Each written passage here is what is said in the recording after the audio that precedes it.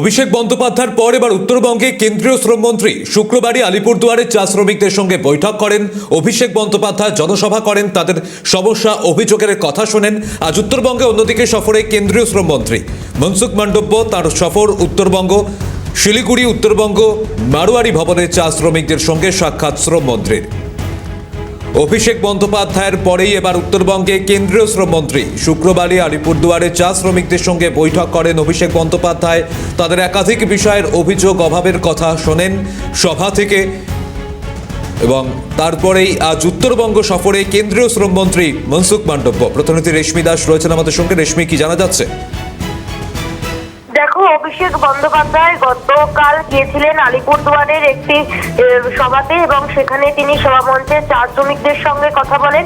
চা শ্রমিকদের সঙ্গে কথা বলার পর চা শ্রমিকদের যে অসুবিধা রয়েছে বা সুবিধে রয়েছে সেগুলি দ্বারা তিনি জানতে চান।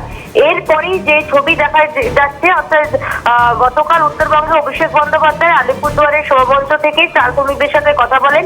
তারপরই আজ তড়িঘড়ি উত্তরবঙ্গ সফরে কেন্দ্রীয় শ্রমমন্ত্রী মনসুখ মান্ডভিয়া শিলিগুড়িতে আজ উত্তরবঙ্গ মারোয়ারি ভবনে চা শ্রমিকদের সঙ্গে দেখা করবেন কেন্দ্রীয় শ্রমমন্ত্রী। সেখানে থাকবেন চা শ্রমিকরা, চা শ্রমিকদের সঙ্গে কথা বলবেন তিনি। মূলত উত্তরবঙ্গ যে 2019-এ এমপি ইলেকশন হয়েছিল সেই সময় কিন্তু উত্তরবঙ্গ থেকে ভালো ফল করেছিল বিজেপি, কিন্তু তারপরে উত্তরবঙ্গের মাটি কিন্তু আলগা হতে শুরু করে বিজেপি, এবং ফের উত্তরবঙ্গের দিকে বিজেপি জোর দিতে চাইছে। উত্তরবঙ্গে যাতে বিজেপির ভোট আরো বেশি হয় তার দিকে নজর দিতে চাইছে বিজেপির যারা নেতৃত্বরা রয়েছে তারা।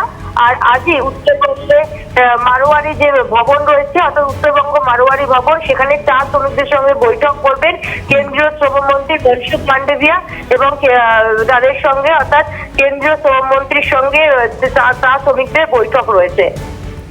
ধন্যবাদ রেশমি।